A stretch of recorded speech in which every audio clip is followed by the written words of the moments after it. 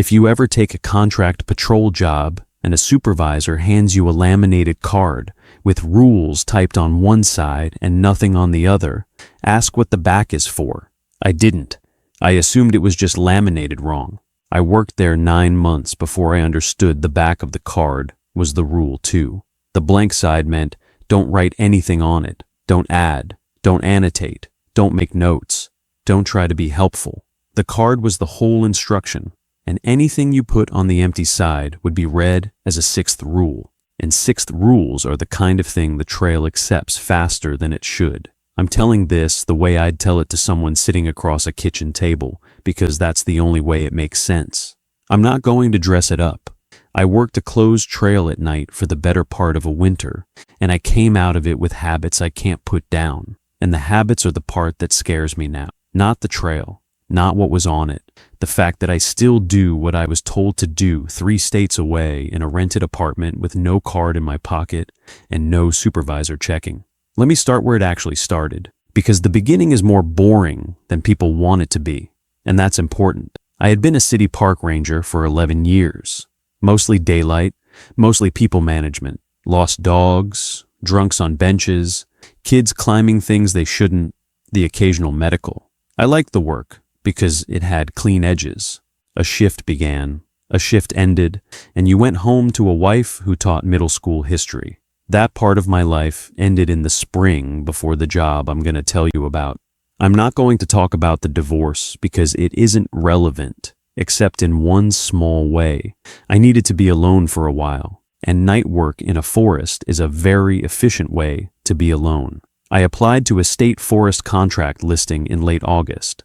The pay was lower than I expected, and the description was unusually thin. Patrol ranger, seasonal, October through March, overnight rotation, 2 shifts per week, vehicle provided, radio provided, lodging optional. The interview was in a single wide trailer beside a maintenance yard, and the man who interviewed me, a district lead named Halpern, asked me 3 real questions and spent the rest of the time looking at my hands. The questions were these. Did I have any history of sleepwalking? Did I drink on shift? Could I follow instructions I didn't understand without arguing about them? I said, no, and yes. He asked the third one twice. The job was patrol of what he called the Southern Annex, which on the public map of the forest was a blank green oval with no roads marked through it. He pulled a different map out of a drawer, an internal one, and showed me a single closed loop trail through that oval, about 7 miles, with 2 old shelters on it and a creek crossing in the middle. The trail had been recreational once. It had been closed 8 years before I sat in that trailer, and the closure was not under appeal. There was no plan to reopen it. The patrol was a contract obligation tied to a federal grant the state had taken in the 90s, and the grant required a documented overnight presence on closed segments through the colder months. He said this part the way a man recites a phone number he resents knowing. I asked what had closed it. He said unrecoverable visitor incidents. He used that exact phrase. Not deaths, not accidents. Unrecoverable. I asked him what that meant. He said it meant we had not recovered from them, and neither had the visitors. I thought he was being dryly funny. He wasn't. He hired me on the spot, told me to come back the following Monday for orientation, and on the way out the door, he said, "It's a one thing I want you to hold on to, because it shows up later in a different shape." He said, "The trail isn't dangerous if you treat it like a job." Orientation was short. There was paperwork, a tour of the truck I'd be using, a radio check, a flashlight inspection, and a single laminated card. The card was small, about the size of a hand. The rules were typed in plain font, not centered, slightly off-kilter, as if someone had run them through an old typewriter and then photographed the page. There were 5. I'm going to give them to you the way they were given to me. No commentary, no interpretation. You should hear them the way I heard them, which is without context and without weight. 1. Walk the loop in the same direction every time, counterclockwise, beginning at the north gate. Do not reverse for any reason, including injury or weather. 2. If your radio receives a call from anyone identifying themselves as base, dispatch, or another ranger between the second shelter and the creek crossing, do not respond. Continue walking. Note the time. Report on return. 3. The 2 shelters have benches inside. Do not sit on the benches. You may stand inside the shelters if you need to wait out weather. You may not lie down. You may not sit. 4. If you find anything on the trail that was not there on your previous patrol, an object, a marker, a piece of clothing, a sign, do not move it. Do not photograph it. Do not touch it. Walk past it. If it is in the center of the tread, step around it on the uphill side, never the downhill side. 5. If you see another person on the trail, do not greet them. Do not address them. Do not make eye contact. Continue at your pace. Their presence is not an emergency unless they speak to you first. Halpern handed me the card and watched while I read it twice. Then he asked me to read it back to him out loud. Then he asked me which rule I thought was the most important. I said, 1. He said the most important one was 4. He didn't explain why. He took the card back, slid it into a small clear sleeve, and clipped the sleeve to a lanyard. He told me to wear the lanyard under my uniform shirt, not over it, and to take it off only when I left the forest at the end of a shift. I asked him if there was a 6th rule on the back. He looked at me for a long moment, and then he said, "There's nothing on the back. Don't write anything on the back." I thought he was a strange man, and I took the job anyway, because I needed it. The first patrol was on a Tuesday in early October. I drove the contract truck up to the north gate at 9:15 in the evening. The gate was a steel pipe across an old service road, padlocked with a faded closure notice that had been replaced often enough that I could see 4 overlapping staple patterns in the wood post. I unlocked it, drove through, locked it behind me, and parked the truck 100 yards in at a clearing wide enough to turn around. From there, the loop began. I want to describe what the trail looked like, because the look of it mattered later. It was a maintained corridor through mixed hardwood and hemlock, about 4 feet wide at most points, with stone water bars at regular intervals, and old wooden trail markers that had been left in place even after closure. The blazes on the trees were faded, but not gone. Someone had bothered, years ago, to keep the route legible, and then someone had decided that was enough. The first night I walked it the way you walk any unfamiliar trail at night. Headlamp on the lowest setting that still lets you see your feet, pace measured. Stop every few hundred yards to listen. The forest was loud in the small ways forests are loud in October. Leaves still falling, a barred owl somewhere east of me, the creek audible long before I reached it. I followed all 5 rules without effort because there was nothing on the trail to test them. No radio traffic, both shelters empty and clean enough that I had no reason to want to sit. No new objects, no people. I reached the south end of the loop, came back up the western leg, and was at my truck again in 3 hours and 10 minutes. I logged the time, signed the paper, drove out, locked the gate, and went home to the small rented house I'd taken near the edge of town. I slept fine. The next shift was Friday, and it was the same, so was the one after that. For the first 3 weeks, I thought I had taken the easiest job of my career. I told a friend on the phone that I was being paid to walk in the woods at night and listen to my own breathing, and that if I'd known this kind of work existed, I would have done it 10 years earlier. He laughed. I laughed. I meant it. The 4th patrol is the one I want you to pay attention to, because that's where the texture of the thing began to shift, and I didn't notice it at the time, and that's exactly how it works. It was a Friday in late October. The temperature had dropped into the high 30s.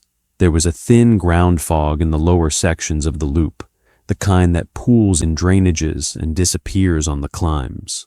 I was about a mile in when I noticed a small orange ribbon tied to a sapling beside the trail. It had not been there on Tuesday. It was the kind of ribbon trail crews use to mark work locations. Surveyor's tape, fluorescent, a 12-inch length tied in a simple overhand knot.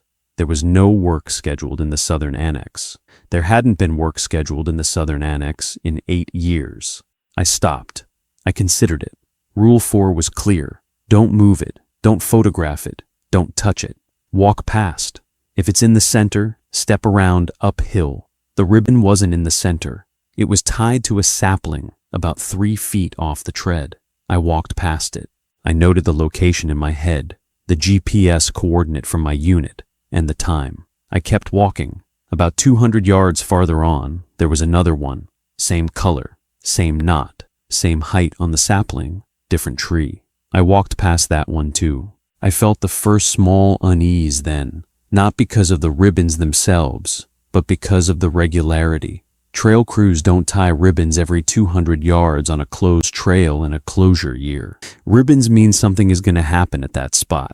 2 ribbons mean 2 somethings. Whoever had tied them had walked the trail at some point between Tuesday night and Friday night in a closed annex with no work order, and had done it carefully. I counted 7 ribbons before I reached the first shelter. The first shelter was a 3-sided lean-to, open face pointing east, with a wooden bench running along the back wall under the overhanging roof. I stopped at the entrance and looked in. The bench was empty. The floor was clean. There was nothing inside that hadn't been inside on my previous walkthroughs.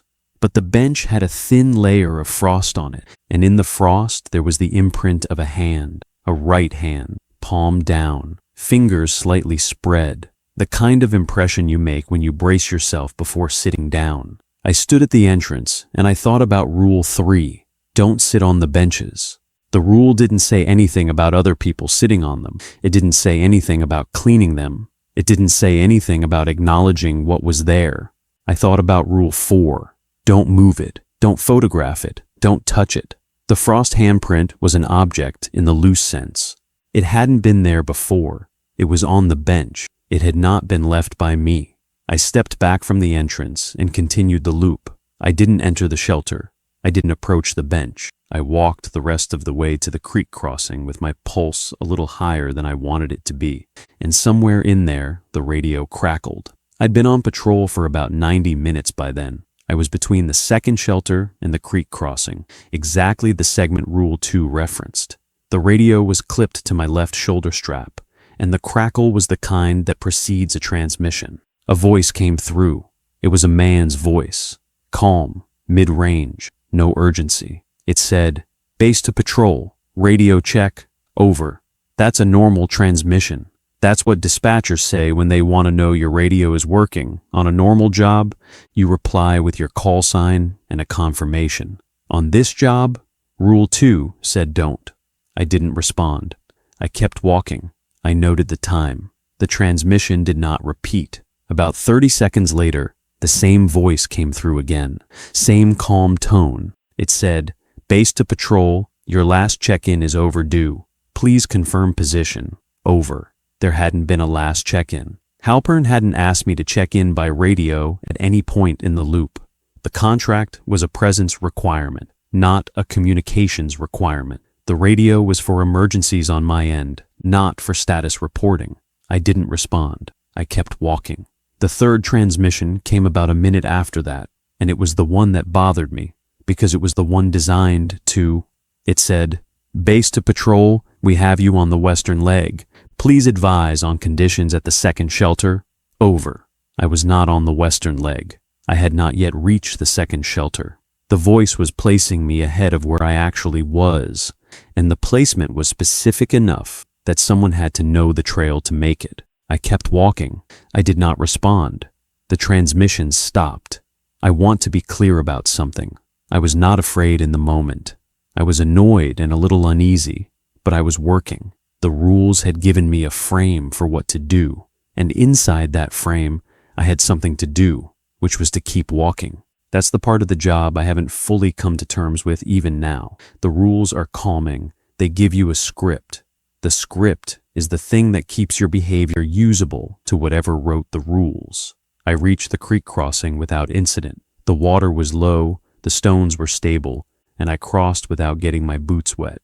The second shelter was about half a mile past the creek, and when I got to it, I stopped at the entrance again and looked inside. The bench in the second shelter had no frost. It also had no dust. It had been wiped clean. I had not wiped it. No trail crew had wiped it. There was no reason for it to be cleaner than the floor around it. I walked past, completed the loop, returned to my truck, logged the patrol, and drove out. I didn't sleep well that night. I lay in the dark and ran the rules through my head, not in the order Halpern had given them, but in the order they had been tested. 4 first, then 2, then 3. 1 had not been tested yet because I had not reversed direction. 5 had not been tested because I had not seen anyone. The next morning I called Halpern. I told him about the ribbons, the handprint, the radio transmissions, and the cleaned bench. I didn't editorialize. I gave the report flat. He listened without interrupting. When I finished, he said 3 things. He said, "You did the patrol correctly." He said, "Don't talk about this on the phone again. Come into the office on Monday." He said, "Don't go back before Tuesday's shift, not for any reason." I asked if I should be worried. He said, "You should be exact." I went into the office on Monday. He took me into a back room I hadn't seen before, sat me down at a desk, and put a binder in front of me. The binder was thick. It had no label. The pages inside were photocopied incident reports from the Southern Annex, going back to when the trail had been open and continuing past the closure into the patrol contract era.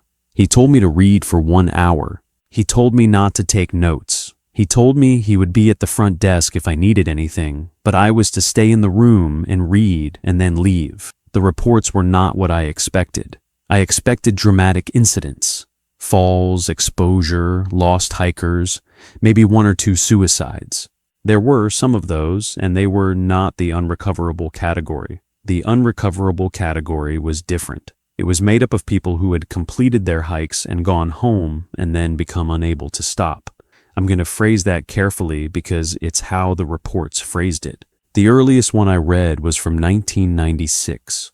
A woman, mid-40s, day hiked the loop with her husband in early autumn. They reported nothing unusual on the trail. They drove home. 3 weeks later, her husband called the Forest Service to ask whether his wife had been issued any kind of work assignment by the patrol staff during her hike. He explained that she had been going back to the trail every other night, parking at the gate, climbing over it, and walking the loop alone. She would not say why. When he asked her, she said she had things to finish there. She had no clear memory of starting. She had no map. She did not get lost. She walked the same direction every time, counterclockwise from the north gate, and she came home before dawn. He had taken her car keys. She had walked. He had hidden her boots. She had walked in sneakers. The Forest Service told him to call the police. The police took her to a hospital. She walked out of the hospital the next morning and was found 3 days later sitting in the first shelter, on the bench,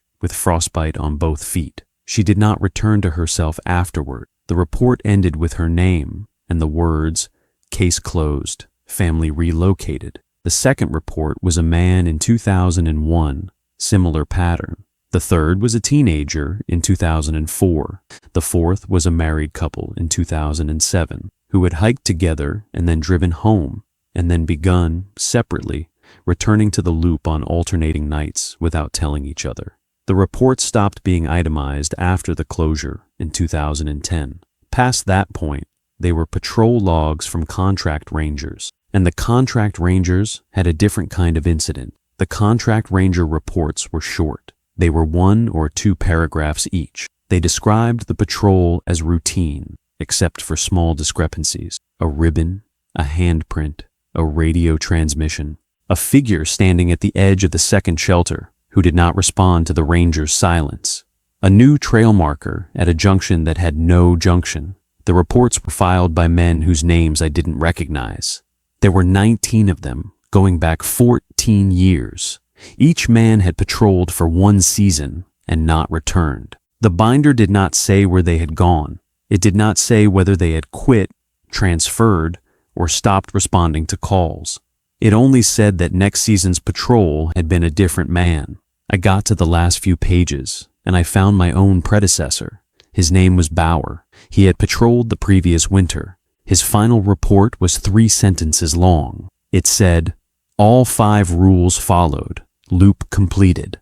I am requesting that next season's contract not be assigned to me, and that I be removed from the call list for the Southern Annex permanently." The signature was clean. The date was early March of that year. There was nothing after it. I closed the binder. I sat there for a few minutes. Halpern came in, took the binder, and walked me back out. At the door, he asked me whether I was going to continue. I said yes. He said, "I thought you would." I asked him what he meant by that. He said, "The men who quit at this point in the binder don't last anywhere else either. The men who finish the season come back to themselves. Most of them. It's not a long contract. Walk it out." I asked him what happened to the people in the early reports, the ones who came home and couldn't stop. He said the trail had been open then, and people who walked it during open hours had not been given the rules. The rules had been developed after the closure as a way to allow patrol without producing the same outcome. He said the rules were not a protection from the trail. They were a protocol that made the patrol legible to the trail as work, not as visitation. Patrol-shaped behavior, he said, was different from visitor-shaped behavior. Workers were tolerated. Visitors were absorbed. I asked him what the trail was. He said, "I've been here 22 years, and I've stopped asking that question because the question itself was making me sloppy. I went home and I thought about it for 2 days, and on Tuesday, I went back." The next several patrols were structured by a kind of calm I didn't fully trust. I followed the rules. I walked counterclockwise. I did not respond to radio transmissions, and there were several. Calm voices, polite voices. Voices that knew my call sign and my supervisor's name. And once, near the end, a voice that used my first name. I did not respond. I noted the times. I did not sit on benches. I did not lie down. I stood inside the shelters twice when sleet came through, and both times I stood at the open face of the lean-to with my back to the bench, and I did not turn around. I did not move objects.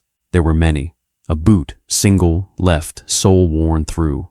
A pair of cheap drugstore reading glasses folded on a stone. A child's mitten, knit, red. A length of nylon cord coiled neatly. A spiral-bound notebook, unopened, dry. A wooden trail marker that did not match any standard the state had ever used, with a number on it, and the number was 26. None of these objects were on the trail on the previous patrol. I walked past each of them. I stepped around the ones in the center, up hillside every time. I noted them in my report. I did not see another person until the 7th patrol. The 7th patrol was in mid-November. There was no fog that night. The moon was 3 days past full, and the trail was lit well enough that I could have walked most of it without my headlamp. I was on the eastern leg, about 1.5 miles in, when I saw a figure standing on the trail ahead of me, maybe 40 feet up. It was a man, adult, average height, wearing what looked like a uniform jacket similar to mine, although I couldn't make out the patches at that distance. He was facing me. He was standing in the center of the tread. I kept walking. Rule 5 was clear. Do not greet, do not address, do not make eye contact. Continue at your pace. I kept my pace. I let my eyes drift down to the tread about 10 feet ahead of my own feet, which is where you naturally look when you don't want to look at something farther up.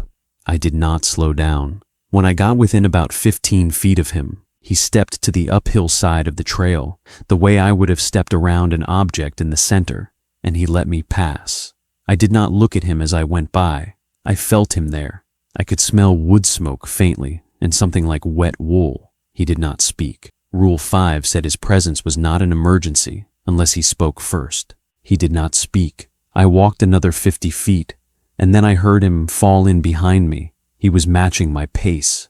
Not closer, not farther. The sound of his boots on the leaf litter was a half-step offset from mine. The way a second walker sounds when you're hiking with someone who is trying not to step on the back of your heels.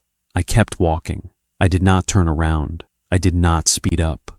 Rule 5 did not say what to do about a person who walked behind you. I considered, very briefly, that I might be misinterpreting the rule, and that the spirit of it was to ignore another person entirely, which I was doing. I considered, also, very briefly, that this might be a test by Halpern. Then I let both thoughts go, because thinking about the rule while inside the rule felt like exactly the kind of small mistake that the men in the binder had made before they stopped being themselves. He followed me for about 1/4 mile. Then the footsteps stopped. I did not check whether he had stepped off the trail or simply ceased. I kept walking. I finished the loop. I logged the patrol. I drove out. On the way home, I had to pull over once because my hands were shaking and I didn't want to drive with shaking hands. I sat in the cab of the truck on the shoulder of the county road for about 20 minutes, and I noticed that I was rearranging the contents of the glove compartment. I had taken everything out: the registration, the flashlight, the spare gloves, a small first aid pouch, a tire gauge, a stack of napkins, and I was putting them back in by size, largest to smallest, left to right. I stopped my hands. I put the things back in any order. I drove home. That was the first time I noticed it in myself. The straightening, the ordering, the small unnecessary fixings. I want to be careful here because what I'm about to describe didn't arrive all at once. It arrived in the way habits arrive, which is to say, you don't notice them until they are already part of you. By the 8th patrol, I was straightening trail markers I passed, just barely, tilting them a quarter inch when they leaned. By the 9th patrol, I was clearing leaves off the water bars on my way past, with the side of my boot, 2 or 3 swipes, never slowing my pace. By the 10th patrol, I had begun to recognize specific stones in the tread by their position, and I noticed when one had moved, and I was beginning to want to put them back. I did not put them back. I want to be clear. I followed Rule 4. I did not move objects, but the wanting was new, and the wanting was loud, and the wanting was not coming from me in a way I recognized. I called Halpern in early December. I told him I thought the contract was changing me. I gave him examples: the glove compartment, the trail markers, the stones. He listened. Then he said, "How many patrols are left in your contract?" I counted. 11. He said, "Walk them. Don't talk to me about this until you've walked them. If you stop in the middle, the work doesn't end. It just relocates." I asked him what that meant. He said, "Bauer stopped. He didn't walk his last 6. He's not patrolling anymore, but he's still walking. His wife told me." I almost asked whether Bauer was alive. I didn't, because I realized I didn't want to know which answer he would give. I walked the 11 patrols. I want to compress this part because the patrols themselves became repetitive in a way that's hard to convey without becoming repetitive on the page, and the repetition was the point. The trail did not escalate. It maintained. It was teaching me a rhythm, and the rhythm was the work. 3 more times I encountered another person on the trail. Each time I followed Rule 5. Each time the person let me pass, fell in behind me for some span, and then stopped without my checking. Once it was a woman, smaller than me, wearing what sounded like a long coat. Once it was someone I could not characterize at all by sound, who walked very lightly. Once it was someone who breathed audibly, in a wet kind of way, and who I was glad had not spoken, because I did not want to hear that voice make words. Twice more I encountered new objects in the center of the tread, a folded piece of paper which I did not unfold, and stepped around uphill, a small ceramic cup with no handle, glaze cracked, empty, which I also stepped around uphill. The cup was warm. I could feel the heat from a foot away. I did not investigate this. I stepped around uphill. The next patrol, the cup was gone. I noted that in my log. 4 more times the radio gave me transmissions. By the end, the voice was using my first name and my middle name. Once, it told me that my mother had called the office and needed me to call her back. My mother had been dead for 6 years. I did not respond. I noted the time. The thing that did not happen in any of the 11 remaining patrols was Rule 1. I did not reverse direction. I did not even consider it. I want to be clear about this, because Rule 1 was the one Halpern had not emphasized, and Rule 1 was the one that the trail tried hardest to make me break. It tried in small ways. A trail marker beside the route would, on a later patrol, be slightly misaligned in a way that suggested the loop ran the other direction. The blazes on certain trees, faded ones, would seem on closer look to be painted on the wrong side of the trunk for a counterclockwise route. Small confusions, none of them strong enough by themselves, all of them pointing the same way. The strongest test was on my second to last patrol in late February. I was about a mile from the north gate, on the western leg, almost done. The temperature was in the low 20s. There was hard old snow on the trail in patches. I was walking my pace. I came around a slow bend and saw in the trail ahead of me my own truck. Not a truck, my truck, the contract truck, parked, engine off, headlights off, driver door open, interior dome light on, faintly. It was facing me. It was sitting in the middle of the trail.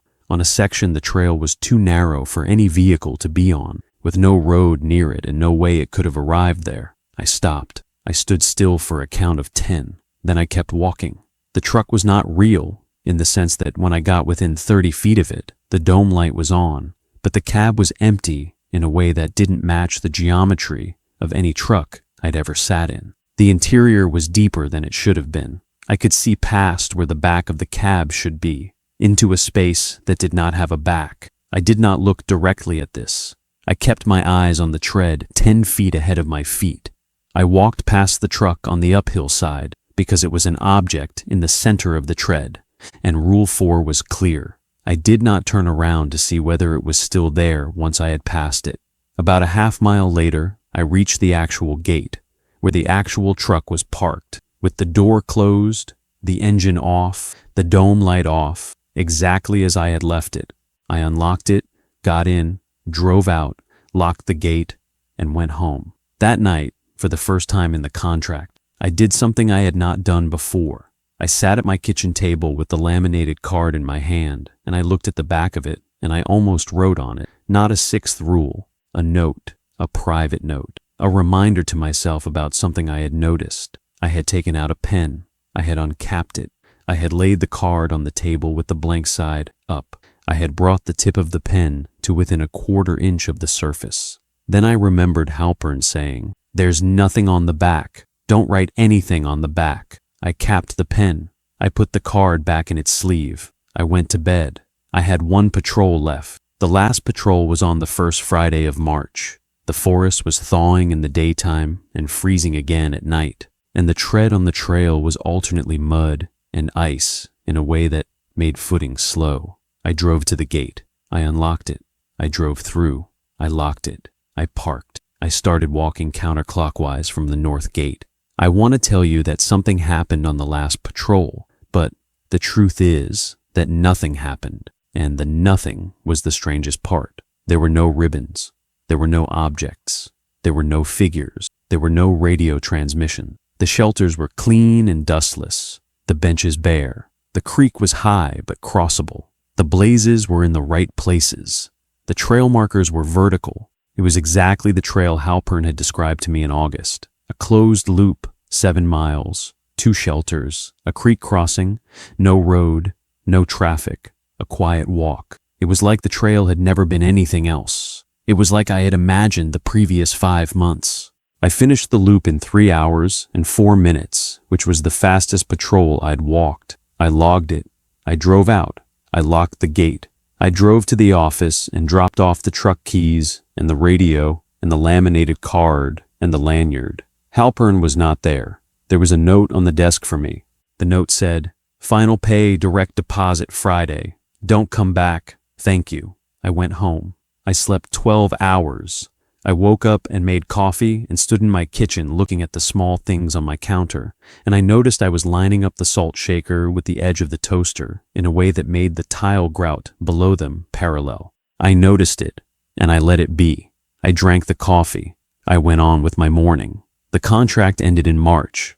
I stayed in that town through April. In early May, I packed up the rented house and drove 3 states south to a town near my brother's family, and I took a job doing something else.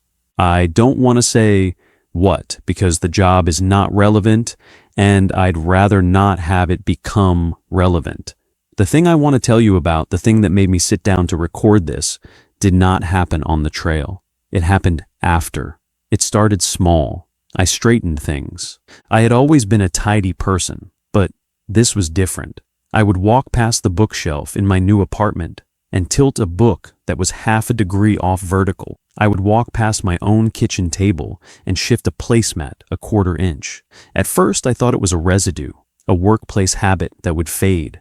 I gave it 3 months, then 6, then a year. It did not fade. It got more specific. I started noticing routes, not trails, routes, the way people walk through their own apartments. The path between my front door and my kitchen had begun to wear in the carpet, a faint depression. And I noticed myself several times a week walking that path even when I had no reason to. I would stand up from the couch, walk to the kitchen, stand there for a moment with no task, and walk back. I would tell myself I had wanted water and forgotten. The next time I would tell myself I had wanted to check the stove. After a while, I stopped telling myself anything. I started noticing the routes other people made too.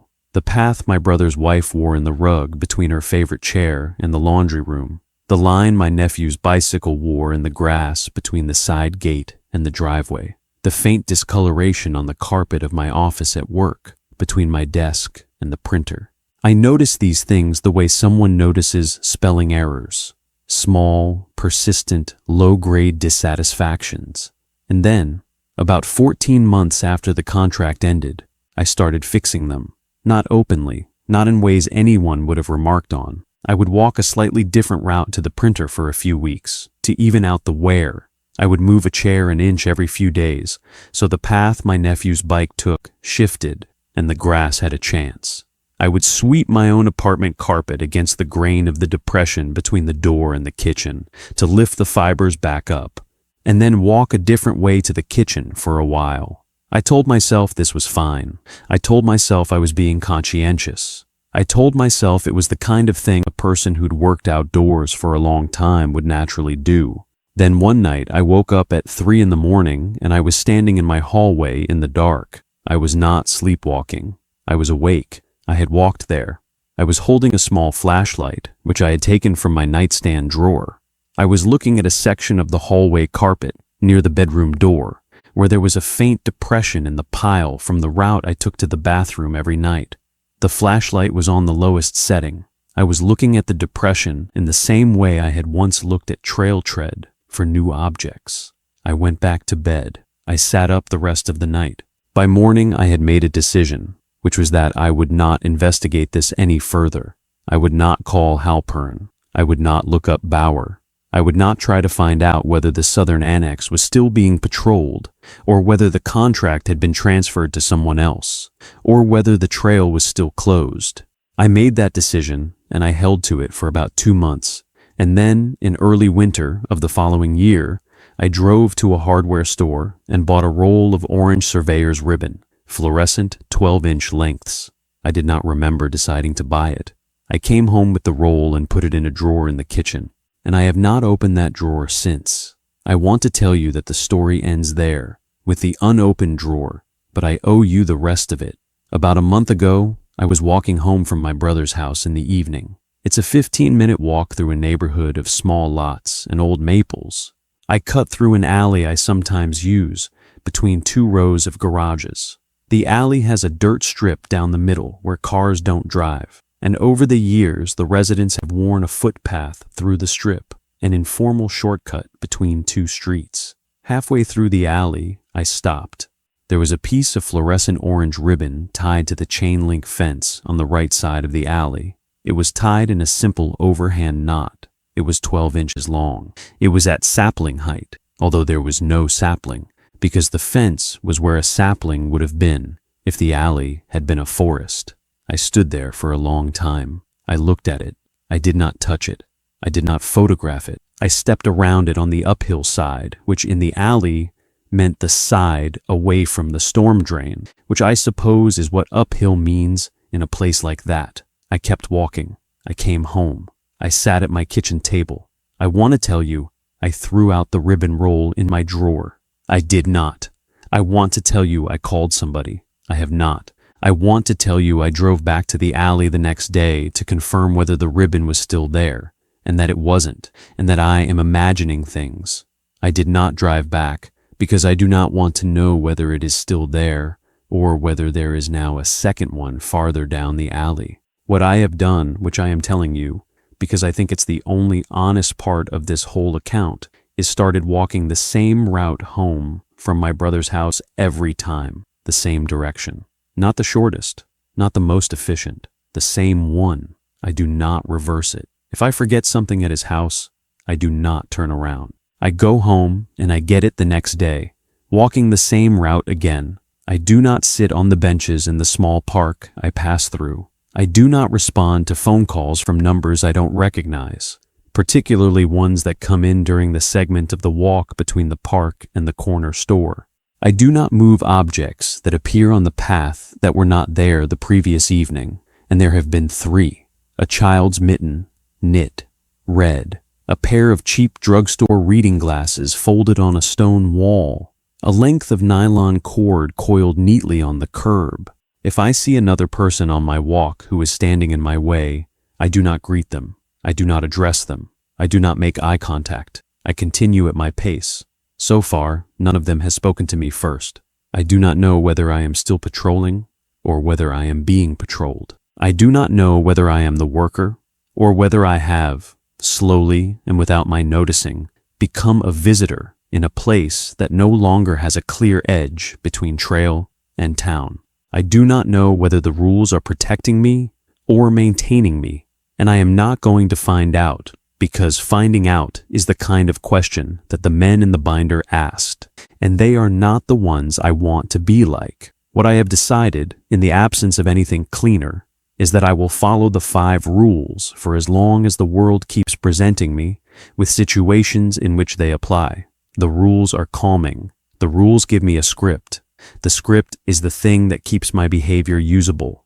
If you ever take a contract patrol job and a supervisor hands you a laminated card with rules typed on one side and nothing on the other, take it. Read the rules. Do not write on the back. Do the work. Walk the loop. Finish the season, and when the season is over and you go home and you start to notice yourself straightening things that don't need straightening and walking the same route through your own apartment without remembering why, do not try to stop. Whatever the rules were maintaining on the trail, they are maintaining something now in you, and pulling them out is not the same as never having had them. I have one last thing to say, and then I am done. About 3 weeks ago, I went into my garage to look for a box of winter clothes. I have not been in that garage often since I moved in. The previous tenant left some shelving and a few cabinets, and I have not gotten around to clearing them out. While I was looking for the box, I noticed that the back wall of the garage has a door in it. Not an exterior door, an interior one. Small, wooden, painted the same color as the wall, which is why I had not noticed it before. The door has a padlock on it. The padlock is not mine. It is old, and it is closed. I have not opened it. I have not asked the landlord about it. I have not photographed it. I walked past it, and I went back into the house, and I have not been in the garage since. But I have started, in the evenings, walking a small loop through my own apartment, living room to kitchen, to hallway, to bedroom and back, counterclockwise, beginning at the front door. I do it twice a week. I do not reverse direction. I do not sit on the couch during the loop, although I sit on it freely the rest of the time. I do not respond to text messages that arrive during the loop. I note the time. I'm telling myself this is unrelated to the door in the garage. I'm also telling myself that if it is related, the loop is the kind of thing a person should walk before they ever consider opening a door like that, because the kind of door that appears in a wall you didn't know had a door is not the kind of door you open without a protocol. If I ever decide to find out what is on the other side of that padlock, and I come back from it the way the men in the binder did not come back, then this story will mean something different than I wanted it to mean. For now, it means what it means, which is that some places give you rules because the rules are the only honest thing they can give you, and some rules don't end when the place does.